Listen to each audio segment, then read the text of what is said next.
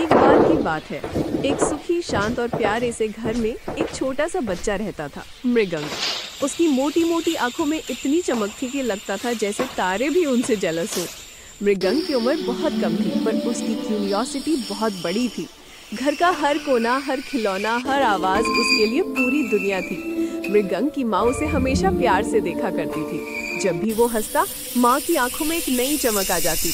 आज भी दोपहर के समय जब खिड़की से हल्की हल्की हवा आ रही थी, माँ ने सोचा चलो आज मृगंक को एक नया खिलौना दिया जाए। माँ ने अलमीरा से एक चमचमाता हुआ झुनझुना निकाला। ये कोई साधारण झुनझुना नहीं था। इसकी डंडी सुनहरी थी और अंदर छोटे छोटे रंगीन मोती थे जो हिलने पर एक मधुर सी टिन टिन की आवाज निकालते थे। माँ ने इसे प्यार से मृगंक के हाथ में दिया और बोली, देखो बेटा, ये है टुनटुन मैजिक रैटल। जैसे ही मृगंक ने वो झुनझुना पकड़ा, उसने हल्की सी मुस्कान दी। उसने रैटल को धीरे से हिलाया और टिंग, एक छोटा सा नन्हा सा रंग हवा में फैला। माँ ने आंखें बड़ी कर ली। ये क्या? पर मृगंक तो बस खिलखिला रहा था, जैसे उसने दुनिया की सबसे मजेदार चीज पकड़ी हो। उसने फिर से झुनझुना हिलाया। इस बार रंग थोड़ा ज्यादा चमका। कमरा हल्की सी लाइट से भर गया। खिड़की का पर्दा जरा सा हिला, जैसे हवा भी इस जादू में हिस्सा ले रही हो। माँ को समझ नहीं आया कि क्या हो रहा है, पर एक बात क्लियर थी, ये झुनझुना साधारण नहीं था। मृगंक धीरे धीरे झुनझुने को जोर से हिलाने लगा और फिर टिंग टिंग टिंग, तेज रंग बिरंगे स्पार्कल्स हवा में फैल गए। रूम के कोने में रखा उसका टेडी बेयर मिस्टर टेडी, जो हमेशा शांत बैठा रहता था, अचानक हिलने लगा। पहले उसकी आंखें झिलमिलाई, फिर पूरा टेडी हिला और फिर नमस्ते, टेडी ने बोल दिया। माँ ने डर और एक्साइटमेंट से दोनों हाथ मुंह पर रख लिए। अरे बाप रे, टेडी जिंदा हो गया। मिस्टर टेडी ने हल्का सा बो किया और बोला, मैजिक रैटल के जादू से थैंक यू मृगंक जी। मृगंक इतनी जोर से हंसा कि उसकी आंखें सिकुड़ गई। अब रूम का हर हिस्सा जैसे जाग उठ रहा था। बुक शेल्फ में रखी कहानियों की किताबें धीमे धीमे हवा में उठने लगी।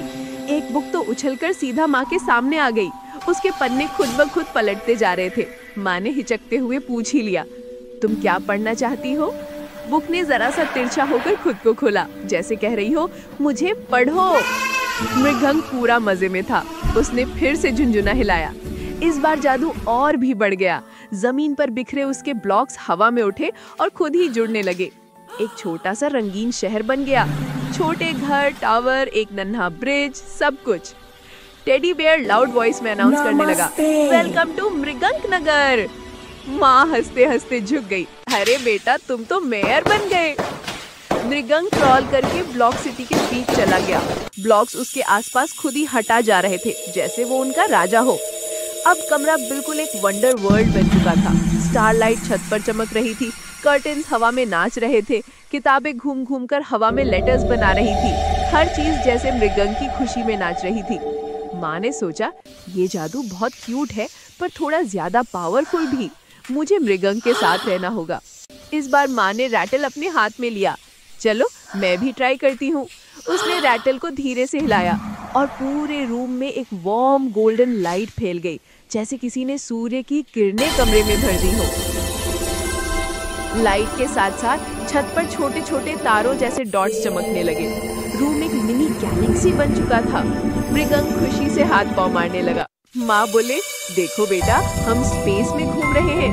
टेडी ने भी स्पेस सूट वाला पोज बनाया। Reporting from Mars. सब कुछ परफेक्ट था, पर जैसे जैसे झुनझुना हिल रहा था, जादू तेज होता जा रहा था। कुशन्स हवा में उड़ने लगे। एक कुशन तो सीधा पंख की तरह रूम में तैरने लगा। एक और कुशन ने टेडी को पीछे से धक्का मार दिया और टेडी ट्राइसिकल पर चढ़कर घूमने लगा। ये ने टेडी ने चीख कर कहा। माँ बोली, अरे अरे स्लो डाउन मिस्टर टेडी, पर जादू सुन कहा रहा था। और तब एक बड़ा सा रंगीन गोला हवा में बनने लगा। छोटा सा गोला जो धीरे धीरे बलून की तरह बड़ा होता गया। माँ घबराकर बोली, ये क्या हो रहा है? टेडी पैनिक मोड में आ गया। ये मैजिक स्टॉर्म है, अगर इसे नहीं रोका तो पूरा घर कैंडी लैंड बन जाएगा। मृगंक ने कैंडी लैंड शब्द सुना और एक्साइटमेंट से उछल पड़ा, पर माँ समझ गई कि मैजिक को रुकना होगा। वो मृगंक को गोद में उठाती है और प्यार से कहती है, बेटा, मैजिक तुम्हारे अंदर है, रैटल सिर्फ आवाज बनाता है। मृगंक माँ की तरफ देखता है।